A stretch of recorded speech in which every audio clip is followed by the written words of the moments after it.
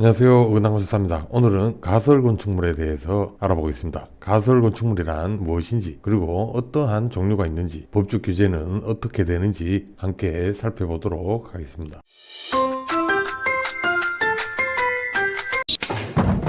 가설 건축물은 건축법 및 건축법 시행령에서 규정을 하고 있습니다. 우선 가설 건축물의 정의입니다. 가설 건축물은 건축법에서 규정하는 임시로 설치되는 건축물로 행사나 공사 현장 또는 공장 등 특정한 목적을 위해 일정 기간 동안 임시로 사용되는 건축물을 말합니다.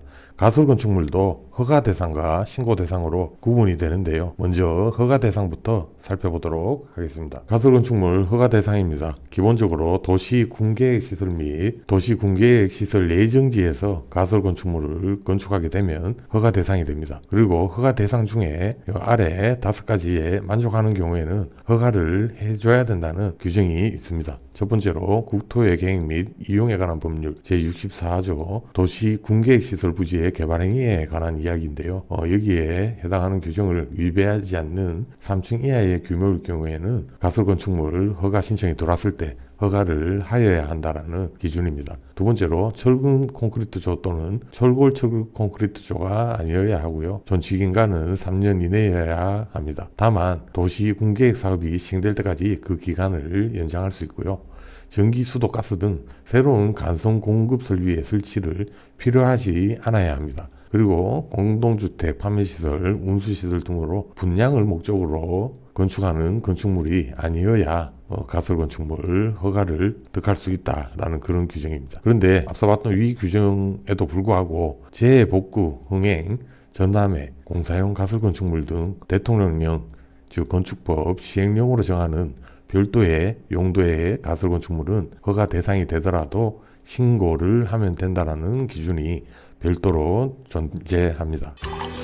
네, 이어서 가설 건축물 축조 신고 대상입니다. 첫 번째로 재해가 발생한 구역 또는 그 인접구역으로서 허가권자가 지정하는 구역에서 일시 사용을 위해 건축하는 것, 그리고 허가권자가 도시 미관이나 교통소통에 지장이 없다고 인정하는 가설 흥행장, 가설 전람회장, 수축산물 직거래용 가설 점포, 그 밖에 이와 비슷한 것, 공사에 필요한 규모의 공사용 가설 건축물 및 공장, 전시를 위한 견본주택이나 그 밖에 이와 비슷한 것, 도로변 등의 미관 정비를 위해 지정 공고하는 구역에서 축조하는 가설 점포로서 안전, 방화 및 위생에 지장이 없는 것. 다음, 조립식 구조로 된 경비용으로 쓰는 가설 건축물로서 면적이 10제곱미터 이하인 것 해당이 되고요. 조립식 경량 구조로 외벽이 없는 임시 자동차 차고, 다음에 컨테이너 또는 이와 비슷한 것으로 된 가설 건축물로서 임시 사무실, 임시 창고 또는 임시 숙소로 사용되는 것이 포함이 됩니다. 하지만 건축물 옥상에 설치하는 것은 제외가 되고요.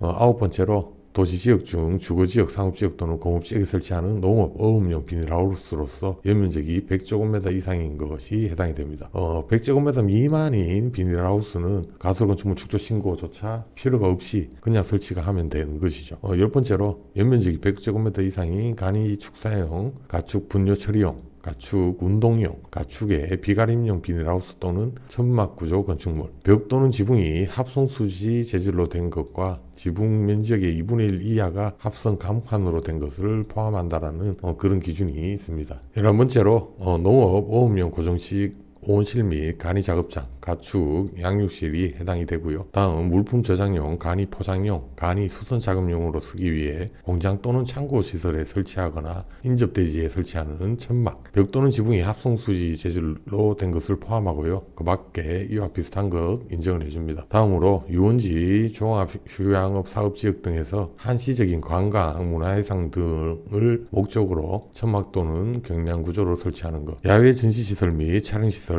해당이 되고요. 야외 흡연실 용도로서는 가설 건축물로서 연면적이 50제곱미터 이하인 것 해당이 됩니다. 그 밖에 1호부터 14호까지 규정에 해당하는 것과 비슷한 것으로서 건축조례로 정하는 건축물이라고 규정하고 있습니다. 방금 확인한 16가지에 해당이 되는 가설 건축물은 가설 건축물 축조 신고라는 비교적 간단한 절차로 건축을 할 수 있는 겁니다. 중요한 것은 이 지역마다 건축조례로 별도의 규정이 많기 때문에 조례를 것을 반드시 확인할 필요가 있겠습니다. 다음은 가설 건축물에 대한 특례에 대해서 살펴보도록 하겠습니다. 허가 대상 가설 건축물은 예외적인 경우에만 건축선 등의 규정을 적용하지 않을 뿐 일반 건축물과 거의 동일한 규정을 적용합니다. 가설 건축물 축조 신고 대상의 경우에는 구조 방화 등 안전에 관한 요건, 설비에 관한 규정, 건폐율, 용적률, 높이와 용도에 관한 규정 등을 적용하지 않습니다. 건축법 일부를 적용하지 않는 것이죠. 특히 건폐율이 포화 상태인 공장 등의 중축이 불가능하다 보니 중축을 대체하여 가설 건축물로 임시 창고나 임시 사무실 등을 건축하는 경우가 종종 있습니다. 그런데 건축법을 모르셔서 그냥 무단으로 가설 건축물을 설치하시는 경우가 있는데 모두 불법이 해당이 되고 이행강제금 등의 처벌 공문을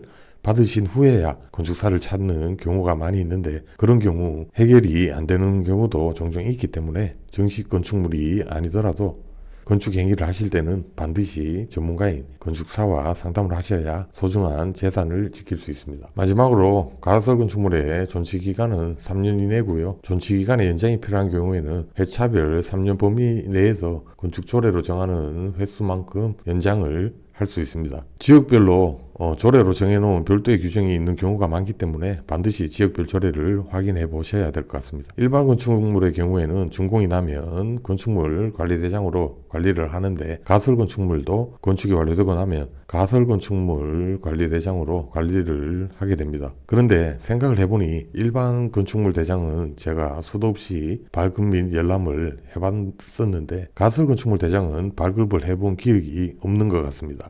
나중에 한번 찾아봐야 되겠습니다. 누구인가? 지금 누가 기침 소리를 내었어?